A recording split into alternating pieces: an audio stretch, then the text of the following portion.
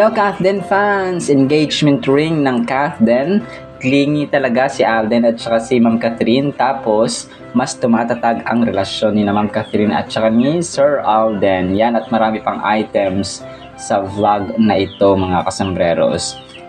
Unahin ko ito mga kasambreros. Ang ganda ng ang ganda ng pinost dito no, na isang admin mga kasambreros.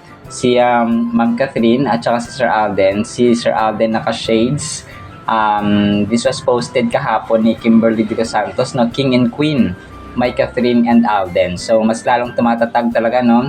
Alam nyo, yung mga ginagawa ni Sir Alden, kaya mga advocacies, mga purposes niya, no, yung mga campaigns niya, no. At saka ni Ma'am Catherine din po mga kasos. Kahit alam nyo magkahiwalay sila, pero alam nyo connected sila sa bawat isa mga kasambreros because their advocacies, their posts, no, speak mga kasambreros ng kanilang connectedness. No? Kung kaya maraming fans na nagsasabi na mas lalong tumatatag ang Kathden kasi nga ay parang tahimik lang sila. No? Kagaya sa kanta sa sa Cup of Joe mga kasambreros, no? Na kahit anong ingay sa paligid, no? Sa kanya pa rin ang tingin ni Sir Alden mga kasos, ang tingin at saka ang focus ni Sir Alden ay kay Ma'am Catherine pa rin mga kasambreros. So parang parang yung lyrics talaga ng kanta, no? Yung parang ibig sabihin talaga nung theme song ng Kathden mga kasambreros ay yung sa kanilang theme song, sa mga love songs nila maliban sa Dilaw ni Maki mga kasambreros ay yung lyrics ng kanta na kahit anong ingay sa paligid, no? Ay yun pa rin yung focus, no, ng bawat isa ay sa pa rin kay Kath, kay Alden, tapos kay Alden naman kay Kath mga kasambreros. So yun talagang yung tingin ng Kathden ay focus lang mga kasambreros, no, hindi man literal sa bawat isa mga kasambreros. So daming ingay, no, especially itong mga ganap ng Dankay, no, ni Daniel Padilla at saka ni Kyla Estrada, talagang gumagawa ng ingay sa social media ngayon mga kasambreros. So kung kaya ay dito, ang Kathden ay mas lalong tumatatag, no, kasi parang hindi na kailangan gumawa ng ingay, no, na tulad nito na magpapadisplay ng relasyon, no, para lang pag-usapan mga kasambreros because ito yung sasabi na yung mga individual nila na mga ginagawa ay gumagawa mismo ng ingay. At hindi nila dinedepende, no, sa publicity, no, yung nagpapakita sa public and so on. So and nagulat ako dito kasi si Kyla Estrada hindi naman siya ganong close no kay Sanjo Marudo at saka Ria Taide kasi nga kakasulpot lang ni Kyla Estrada, tapos si Daniel lang talaga. So hindi ko alam, baka talagang sinama lang ni Daniel Padilla si Kyla Estrada para pagsilosin and so on. Pero yun po, no, team panatag pa rin tayo mga kasambreros kasi kung anong ikinatahimik ng Kathden nila Sir Alden Richards and Ma'am Catherine ay siya namang ikinatatag ng kanilang relasyon at ng kanyang mga fandoms mga kasambreros. So kung nagiging mas solid, no, at saka mas nagiging firm ang Kathden mga kasambreros. And then ito, next item natin mga kasambreros. Ito yung ating isa sa mga main items mga kasambreros, no, na clingy. Parang touchy mga kasambreros ang Kathden, no. Sabi dito ay clingy yan si Catherine, dikit kay Tisoy para bang magnet. 11 hours ago. So yung picture nito mga kasambreros ay during 24 oras na na-feature ang Kathden mga kasambreros, no, nung time ng promo ng Hello Love Again. So kasama or nasa tabi nila dito si Ma'am Aubrey Carampel mga kasambreros, no, na nagbabalita sa Kathden. So talagang clingy. Kung clingy ang pag-uusapan, wala na yata ako nakitang ibang tandem na mas clingy pa sa Kathden na wala namang sila. No, parang ganun ba? Yung Kim Pao, masasabi mong clingy sila because sila na, no? At saka yung iba pang mga love teams or nagkasama sa trabaho. So ito sila, wala silang label pero yung kanilang action ay sobra pa sa magjowa mga kasambreros. So yun nga, no, yung kamay ni Ma'am Catherine at saka ni Sir Alden parang naka-program na kahit hindi na part ng promo. Ay, nakaangkla pa rin ng dalawa mga kasembreros. So, dito mo talaga masabi na hindi nyo kami maloloko na kahit wala na sa promo ay bakit ang sweet nyo pa. So, ganun ba mga kasembreros? So, talaga ngayon ay tahimik lang sila at hindi nila kailangan mag-ingay mga kasembreros. So, dito ay naka-white na ang cat din mga kasembreros. Tapos, next item natin, andito na pala yung parang longer version ng kasal ni na Zanjo Marudo at saka niya Ria Ataide mga kasembreros, no? Dito ay yung mga ninong, ninang, no? Mga sponsors mga kasembreros.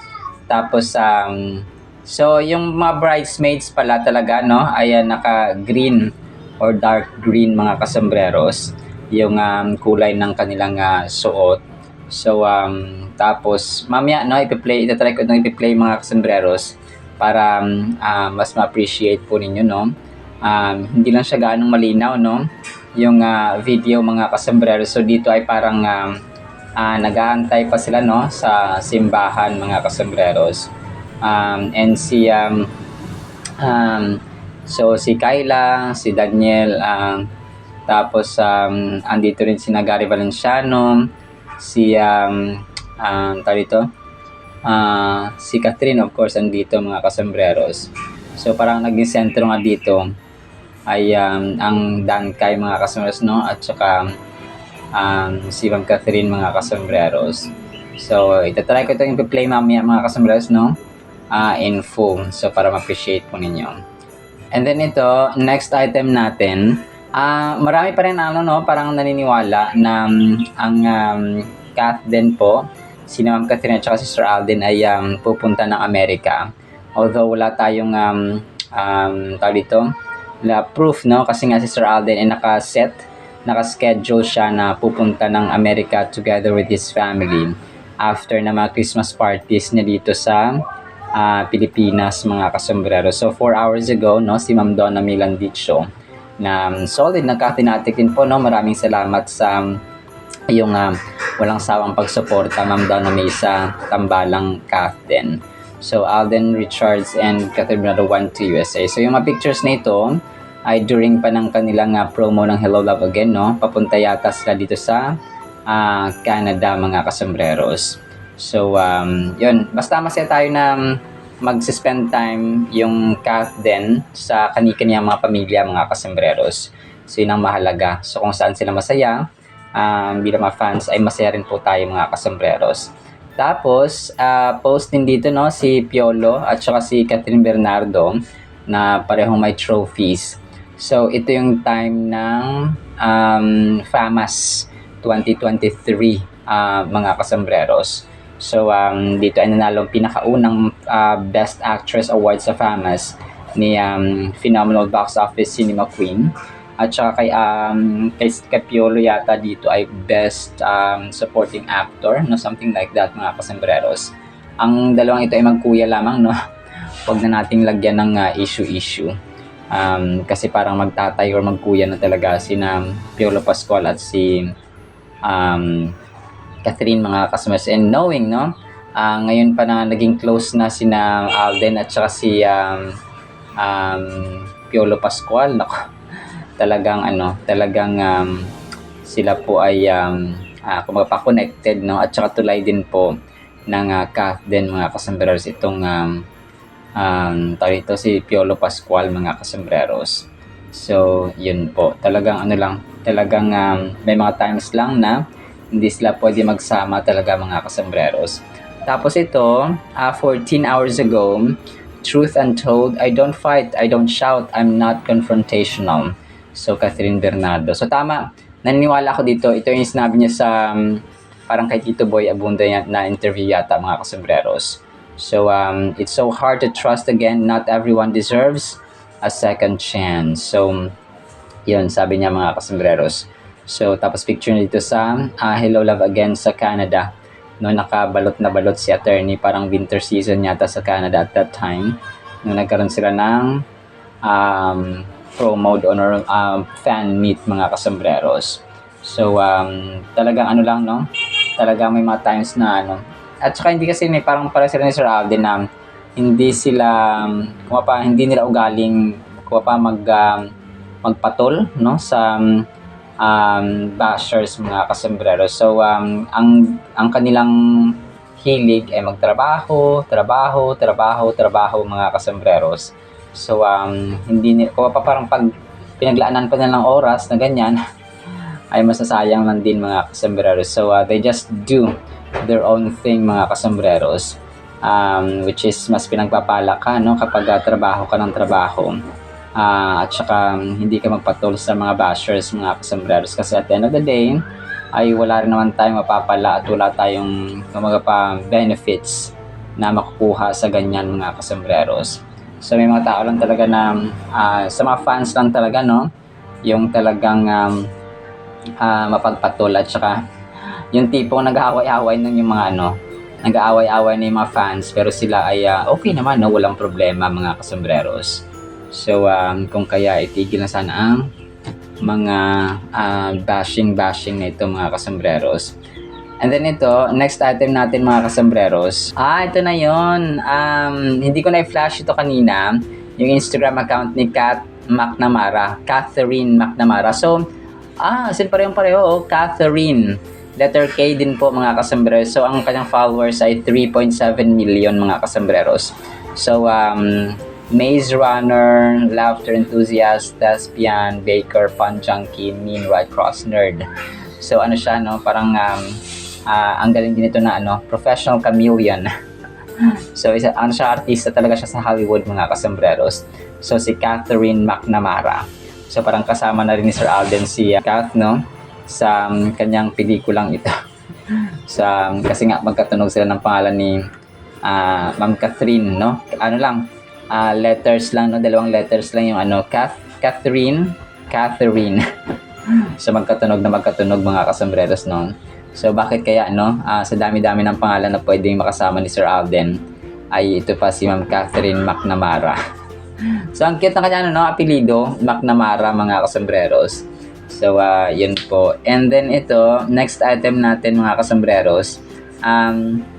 So dito parang pinagtabi ng isang fan, yung Kath din at saka Kathniel mga kasambreros. 9 hours ago, si Gauri, no, mga kasambreros. So, ang Kathniel ay like sign na lang, no, like na lang siya mga kasambreros. Tapos, ang Kath din naman ay heart mga kasambreros. Ibig sabihin ay mas lamang talaga ang Kath din sa Kathniel. Kasi nga, wala ng Kathniel, no, Dankay na ang Daniel Kayla na ang sikat ngayon mga kasambreros. So wag na dapat nating ibalik ang mga nakaraan na kung saan ay sinarado na. O pa yung saradong pinto na sinarado na ni Ma'am Catherine, hindi na dapat siya binubuksan mga kasambreros para hindi na magiging magulo ang lahat. Tapos 17 hours ago, Kayla and Catherine Instagram followers, mas lamang talaga si Kath. Look, si Kayla Estrada 981 followers or 981,000 followers. Si Ma'am Catherine naman ay 20.6 million followers sa Instagram. So, this is not a comparison na dapat nating parang emphasize mga kasambreros, no? Kasi nga si Ma'am Catherine ay pangalawa sa may pinakamaraming Instagram followers sa Pilipinas, no, sa mga celebrities. So natalo pa nga yung iba, di ba? Na mga sikat, sina Marian, Jillian Ward, Andrea Brillantes, and so on. So, si Ma'am Kayla pa kaya, no? So, yung mga tao lang talaga hindi naiiwasan ikumpara siya because kung past and present kasi nakarelasyon ni Ma'am Catherine mga kasambreros. So, ni Daniel Padilla pala mga kasambreros, no? Past si Ma'am Catherine, present naman si Kayla Estrada mga kasambreros. And then ito, next item natin. Posted ito 50 minutes ago. Showbiz Daily Updates. Daniel Padilla at Kayla Estrada magkasamang dumano sa kasal ni Naria Atayde at Zanjo Marudo. So, dumano din sa kasal si Catherine Bernardo. So, laman talaga ng mga pahayagan at mga Facebook pages ng mga kasambreros and TikTok. Ang dating Kathniel at ang Dankay na ngayon mga kasambreros. Tapos ito, main item na natin ito mga kasambreros, ha.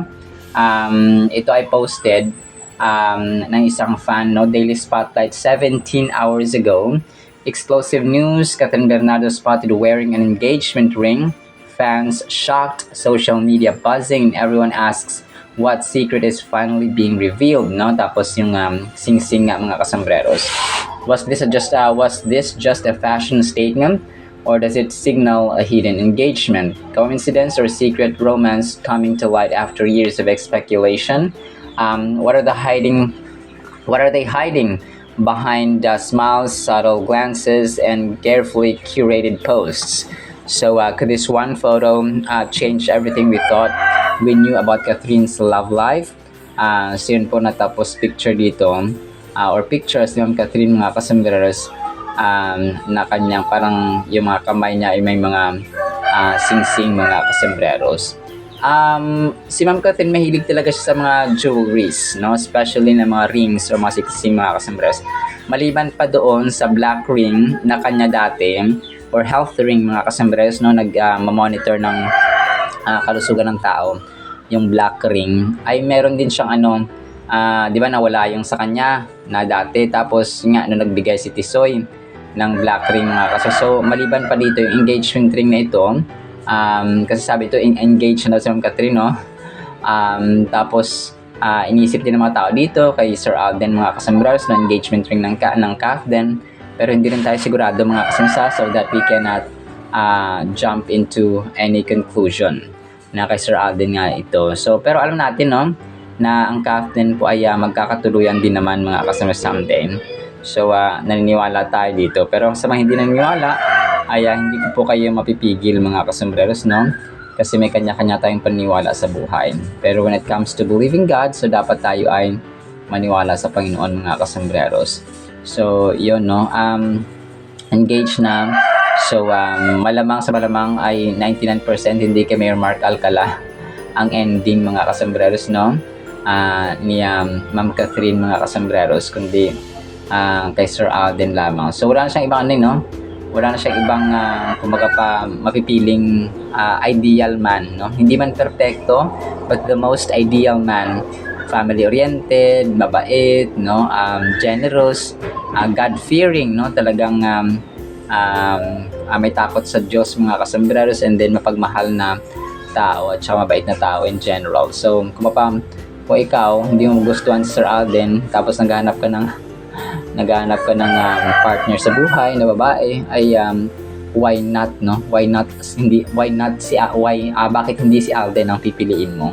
So ganun, no, parang isang malaking question mark yun, kasi nga he has the qualities of husband mga kasambreros or jowa, si phenomenal box office, cinema king at CEO mga kasambreros. So yun po, no, talagang bulag lang ang magsabing hindi karapat-dapat si Alden na maging husband mga kasambreros. So yun po, no, and wala tayong wala pa tayong solid na proof sa ngayon, no, pero yung mga dati nilang ganyan, no, niregaluhan ni Sir Alden si Ma'am Catherine ng black ring, no, according nga doon sa kanilang lie detector test mga kasambreros with MJ Felipe, ay to the rescue, no, talagang nung nawala daw ay agad-agad na bumili si Alden ng sing-sing, no, or black ring na iyon kay Ma'am Catherine, which nung kinalaunan naman ay nakita daw ni Ma'am Catherine. So dalawa na yung kanyang black ring mga kasambreros. So sadyang lang, no, low-key lang talaga ang Kath din, and ayaw nila ng maraming masyado nakakaalam para walang makikialam or walang masyado makikialam mga kasambreros. Kasi pag marami ang nakakaalam, marami ang makikialam. Yung iba talaga may pag-usapan lang mga kasambreros, kahit hindi sila solid na Kath din fan mga kasambreros. Pero we totally understand them, no? Kasi ang tao talaga, no, especially mga Pinoy, mahilig sa artista mga kasambreros. So yun po. Ako naman nagkahilig lang talaga sa Kath din, no? Wala akong ibang love teams or sino man dyan na sinuportahan dati. Only Kath din mga kasambreros. So yun po. And magkakatotoo naman talaga yan mga kasambreros, no? Ang Kath din. So talagang tayo, team panatag at patiently waiting sa magiging buhay mag-asawa ng Kath din mga kasambreros. So magagalit naman sa akin ng mga bashers, pero yan natin sila, no? Kung saan sila masaya ay okay lang, no? Mga kasambreros and mga Kathinatics. Tapos ito, last item natin mga kasombreros. Ito pa pinost 19 hours ago ng Daily Showbiz PH. Alden Richards inamin na muntik maubos ang pera dahil sa walang prenong pagtulong sa pamilya. Hindi ito totoo mga kasombreros kasi ang sabi nga ni Sir Alden, di ba, tsaka ni Daddy Bay, ay si Alden, kung pa sabi niya, di ba, hindi na daw humingi yung kanyang pamilya sa kanya. Tapos sinabi niya pa dito, abusado sila. So hindi po ito totoo, no? This is a big lie, no? Isang malaking kasinungalingan po ito. Sana naman tigilan nila yung ganito, no? Kasi 'di ba si Daddy Bay nung concert ni Sir Alden talagang isinapubliko, talagang diniklara na yung sinabi ni Alden na hindi na daw nahingi ang kanyang pamilya sa kanya. Hindi po totoo. Hindi po totoo 'yon, no? Kasi nga ang ginagawa niya, totoo 'yon na hindi na nahingi kasi nga siya mismo, si Alden mismo nagkukusa na nagbibigay sa kanila mga customers, di ba? Ba't ka pa hihingi kung binibigyan ka ng mga customers, di ba? So, kaya sana yung ganito ay kasi paninirang puri na rin ito mga kasombreros, no, na pinapost nila mga customers tapos nabihan pa niya na abusado sila. So, parang sinisiraan niya yung buong pamilya ni Sir Alden na sinasabi niya abusado yung kanyang pamilya mga kasombreros. So, hindi, siguro pwede nating sabihin o pwedeng sinabi ito ni Sir Alden sa mga corrupt, no? O sa mga kurakot na mga empleyado ng gobyerno, no? Na mga politicians, mga customers, pero hindi sa kanyang pamilya, mga customers. Na hindi ko alam kung bakit nag-trigger dito mga kasombreros na sinabi niya ito na Alden Richards inamin na muntik maubos ang pera dahil sa walang prenong pagtulong sa pamilya. So parang nakaka-bad vibe mga kasombreros, no? Hindi ko lang kung saan niya nakuha yung hugot at saka sinabi na ganito ni Sir Alden na wala namang sinabi na ganito si Sir Alden mga customers. In fact, ay mahal na mahal ni Sir Alden ang kanyang pamilya and he loves giving, no? Talagang mahal na mahal ni Sir Alden ang pagbibigay and natutuwa siya, no? Love language kasi yun. May mga taong yung love language na ipagbigay, pagtulong.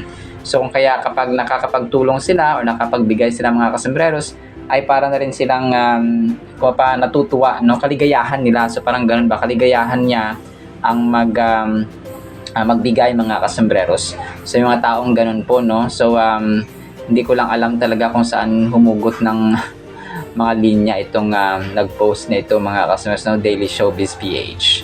So baka ma-call out na naman ito mga kasombreros, pero sana tigilan na po ang ganito. Alright, so yan lamang po sa ating content items, no? Sana po ay pakinggan natin ang ating Word of God na related po sa Pasko, no? Merry Christmas everyone! Sana po ay nag-enjoy tayo sa ating Christmas so far, no? Christmas vacation, Christmas handaan, Christmas na mga exchange gifts, at ano pang mga activities dyan na ginagawa natin tuwing Pasko mga kasombreros. So enjoy lang tayo and sana, no, huwag natin kalimutan of course ang manalangin at saka magpasalamat sa Panginoon because He sent His only begotten Son, Jesus Christ, para sa atin. So yun naman po and sige, ipi-play ko itong video during sa kasal ni Zanjo Marudo mga kasombreros, no, para kayo rin po ay mapanood nyo ng full mga customers. Although mga video clips na ito, hindi ito yung full talaga. Parang siguro limited lang yung po pwedeng kumuha, no, ng videos doon mga kasombreros. So pagkatapos ito ay yung salita ng Panginoon na sobrang ganda. So Merry Christmas and sana po ay Christ-centered na yung ating Christmas, hindi food-centered, hindi materialistic-centered na Pasko, kundi Christ-centered because it's Christmas, no? It's Christ's Mass mga kasombreros. So yun lang po, and sana po ipakinggan po natin ang Word of God afterwards.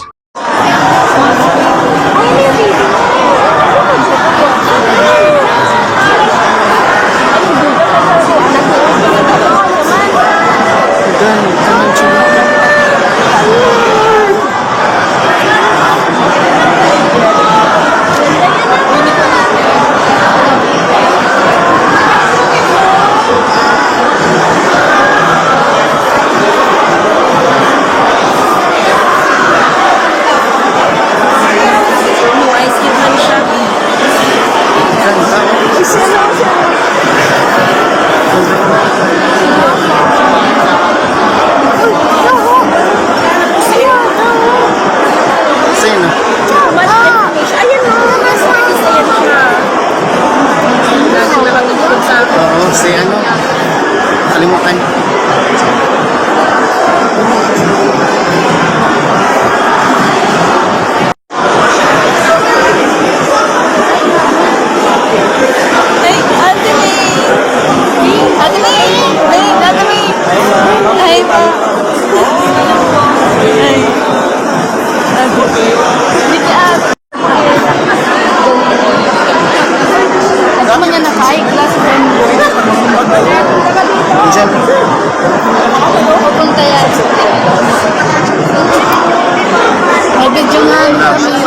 Jillian.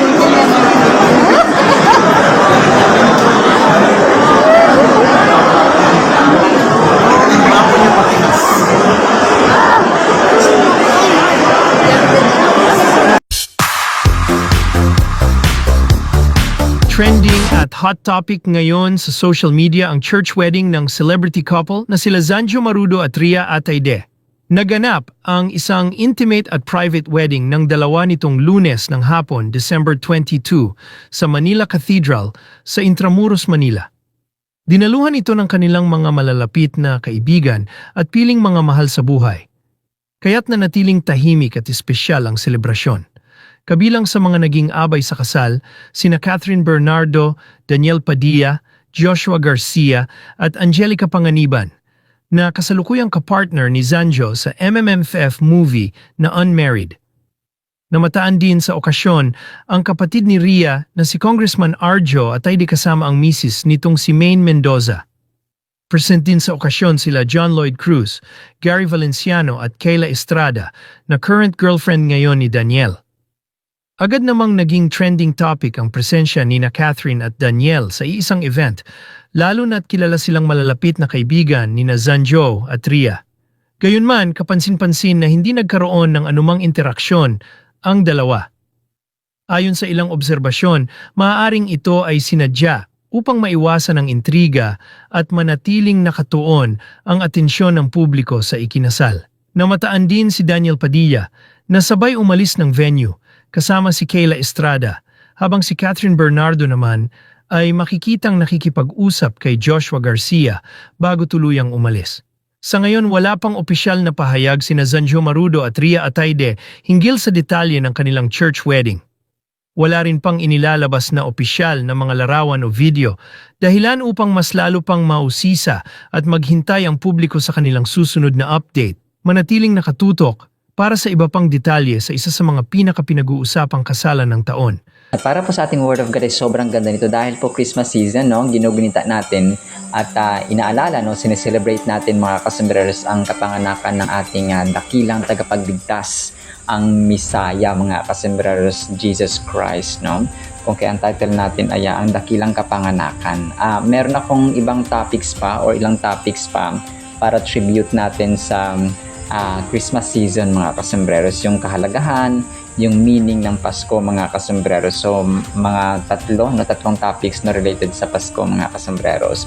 So ang verse natin dito ay Isaiah chapter 9 verses 6 to 7. For unto us a child is born, unto us a son is given, and the government will be upon his shoulder, or Jesus Christ's shoulder, and his name will be called Wonderful, Counselor, Mighty God, Everlasting Father, Prince of Peace.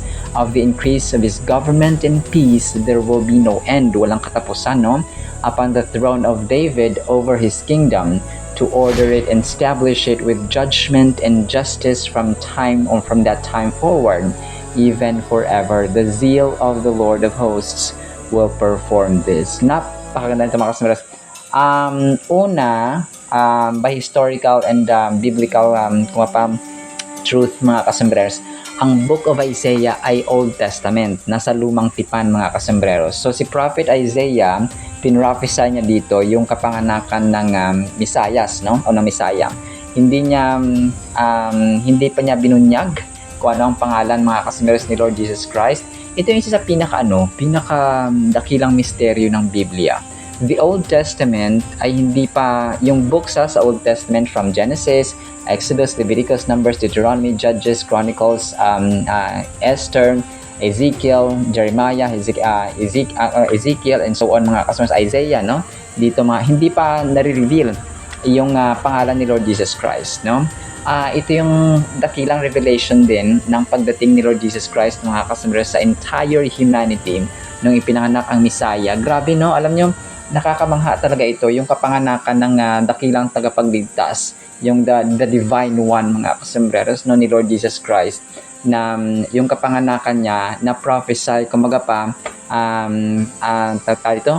na-reveal na siya sa hindi siya na-reveal, parang na-mention na siya for how many times sa Old Testament, mga kasombreros, kasi nga ang Book of Isaiah po ay nasa Old Testament, pero si Jesus Christ ay napanganak, no, or na-reveal, ipinahayag mga kasembreros at ibinunyag sa New Testament, no, sa Matthew, Mark, Luke, and John mga kasembreros. So doon lang siya na-reveal mga kasembreros. And imagine natin how many books pa ang lumipas at saka nagawa mga kasembreros bago ang time na na-reveal si Lord Jesus Christ mga kasembreros. Grabe, no? So dito pa lang si Prophet Isaiah ay na-mention niya na dito na yung isang bata, no, isisilang mga kasembreros, and ang pangalan na ito, ang anak na ito mga kasembreros, ang gobyerno, ang kanyang pamumuno at ang kanyang leadership mga kasembreros na nasa kanyang balikat ay itatawagin siyang wonderful, no, kamangha-mangha, counselor, tagapangaral, no, mga kasembreros, mighty God, no, everlasting Father, Prince of Peace, of the increases government of peace. Walang katapusan ang kanyang trono at ang kanyang paghahari mga kasembreros. And that's who He is, no? Ang tao mamamatay, pero ang trono, ang kapangyarihan, ang authority, ang kingship, no, ang pagiging hari at ang pagiging Diyos ni Lord Jesus Christ ay wala pong katapusan mga kasembreros. Yesterday, today, and forever. Jesus Christ is the same mga kasembreros, and He will be the same even until the very end. Kung pa yung end of age mga kasembreros dito sa mundong ito, magugunaw ang mundong ito, pero ang Diyos natin ay buhay pa rin sila. Ang kanyang salita ay mananatili. Grabe, na na-imagine nyo ba, no, mga kasembreros, na ngayong Pasko ay ginugunita natin yung pagkapanganak ng ating Panginoong Hesus mga kasembreros. And ang kapanganakan niya ay isa sa, pinaka-perfect example ng humility, ng hindi natin kailangan ng fame, hindi natin kailangan ng bonggang mga pamumuhay talaga. Well, kung mayaman kayo and then you glorify God, kung ginagamit nyo ang inyong pera, ang inyong kayamanan, ang inyong resources sa pag-support sa ministry, sa gawain ng Panginoon, pagtulong sa mga mahihirap, no?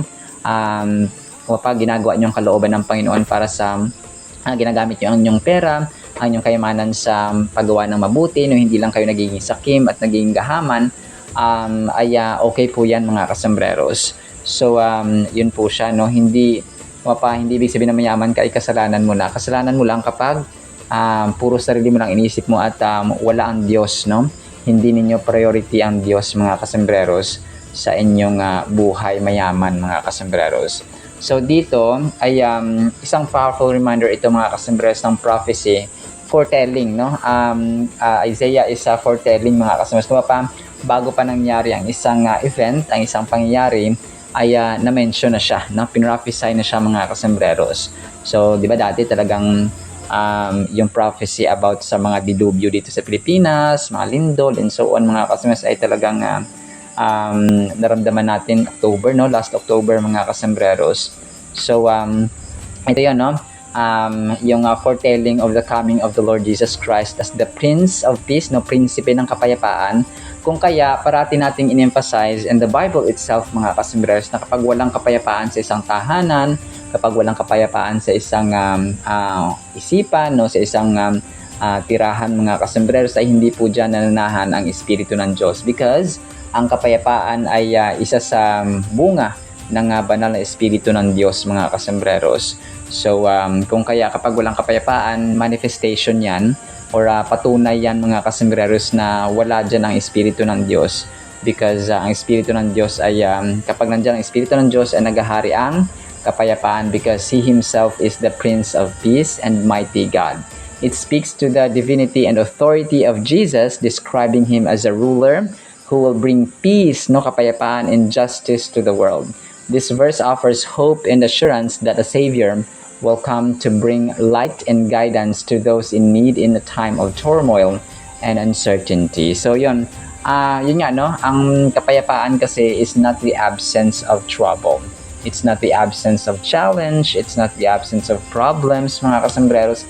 Ang kapayapaan po ay nananatili kang kalmado, nakakapag-isip ka ng maayos, nakakatulog ka ng mahimbing, nakakain ka pa rin ng maayos, mga kasembreros. Parang you're not deeply troubled kahit na may problema tayong kinakaharap sa buhay mga kasembreros, kasi nga panatag tayo kasi may Diyos tayo na pinagkakatiwalaan, no? We trust Him, we have faith in Him mga kasembreros, because ang Diyos natin ang may-ari ng langit at ng lupa, and He has the control over natural phenomenon, mga kasembreros. And then, yun nga, no? Nothing is impossible with God. Lahat ay kayang gawin, mga kasembreros. Magtiwala lamang tayo. And yun nga, no? Ang kapangyarihan ng Diyos ay hindi limited ng time, ng space, ng distance, no? Ng oras, mga kasembreros, no? He has His perfect timing. He has His perfect plan, no? Mga kasembreros, kung kaya tayo po ay dapat magtiwala sa ating Diyos na makapangyarihan sa lahat. So, kasi ano yun yung pagtitiwala, yung pananalig natin, no, yung pananampalataya natin, mga kasembreros, ay dapat evidence sa ating buhay. Without faith, no, it is impossible to please God, mga kasembreros. Think about the significance of Jesus being referred to as the Prince of Peace and mighty God. No, what does it mean for us to have a leader who embodies peace and strength? How does this prophecy inspire us to seek peace and justice in our own lives and communities? As we reflect on this verse, let us remember the promise of a loving and powerful God who brings hope, peace, and redemption to all who believe in Him. So, yun nga, mga kasembreros, no? Kailangan maniwala tayo sa Kanya. And dito, nasabi nga niya na ano yung magiging kondisyon ng isang environment, ng isang society, ng isang province, ng isang city, ng isang bansa, no, ng isang barangay, kung ang namumuno natin ay may lakas at may kapayapaan, mga kasembreros, naghahari ang kapayapaan. Well, of course, no, yung community na iyon ay magkakaroon ng ng pamumuhay na mapayapa din po, mga kasembreros, at matiwasay. Now, Isaiah chapter 9 verses 6 to 7 is a profound and prophetic passage often read during the advent of Christmas seasons. So nga, no, during Christmas seasons talaga sikat na sikat itong Isaiah chapter 9 verses 6 to 7. It speaks of a future leader who will bring everlasting peace and justice. This passage is rich with meaning and offers deep insights into God's plan for humanity. So ngayong Pasko, alam ko busy-busy na ang lahat sa paghahanda, no, pagluluto, no, pagpe-prepare ng mga foods, mga kasembreros, pero parati nating alalahanin na kahit simple man or bongga ang ating handa, mga kasembreros, huwag nating kalimutan ang spaghetti. Hindi. Joke lang po, mga kasembreros, naisingit ko lang. Napatawa ko lamang po kayo. Huwag nating kalimutan na yung tunay na espiritu ng at diwa ng Pasko ay ang pagmamahala, no, ang Diyos natin, the Lord Jesus Christ Himself, no. Kasi yung iba, kapag mali yung paniniwala nila at pagtingin, no, yung point of view nila sa Pasko, yung iba naglalasing, yung iba pumupunta sa hotel, nagkakaroon ng mga sexual immorality, yung iba namamasko, kasi marami rin namang mga tao talaga, and ever since may mga talagang sorry po sa term, babaeng bayaran, no, na nagpapabayad sila, mga kasembreros, na especially during holidays, mga kasembreros, and nakakalungkot. Dati pa naman sa Biblia, sa old times, mga kasembreros, ay meron na talagang mga ganoon. So ngayon ay talaga nagiging high-tech lang, kasi cellphone lang, no, cellphone, chat. So tapos ganoon, no. And then yun, yung kadalasan talaga ito naglalasing ang mga tao tuwing Pasko, mga kasembreros. So which is parang hindi nawawala na yung tunay na meaning ng Pasko kapag dapat nakasentro tayo dun sa pinakabida, punot dulo, pinakarason kung bakit may Christmas, kasi nga Christ's Mass, no, hindi natin pwedeng tanggalin ang Christ sa Mass, mga kasembreros, because yun ay kaarawan at saka panahon ni Lord Jesus Christ, mga kasembreros, the Messiah, no, the prophesied Messiah, mga kasembreros. So kapag Mass na lang, wala ng Christ, so wala ng purpose, wala ng silbi ang season na ito, mga kasembreros, kung wala si Lord Jesus Christ. Alright, so kaya pag ginugunita natin ang Pasko, tama na may mga handa tayo, tama naman na may mga pagkain tayo, tama na may mga gifts tayo, may mga regalo tayo, tama naman na namimigay tayo, no, namamasko po. Hindi, joke lang po, mga kasembreros. So tama naman to lahat, pero wag natin kalimutan yung pinaka-sentro, no, pinaka-rason at pinaka-dahilan, which is the Lord Jesus Christ, mga kasembreros, who is now a King and forever King, mga kasembreros. Endless yung kanyang kingship.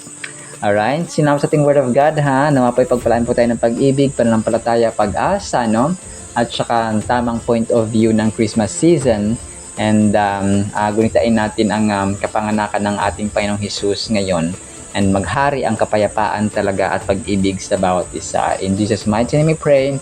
Amen and amen. See you sa next segment mga kasamaras, and paalam po. I love you all and Merry Christmas everyone.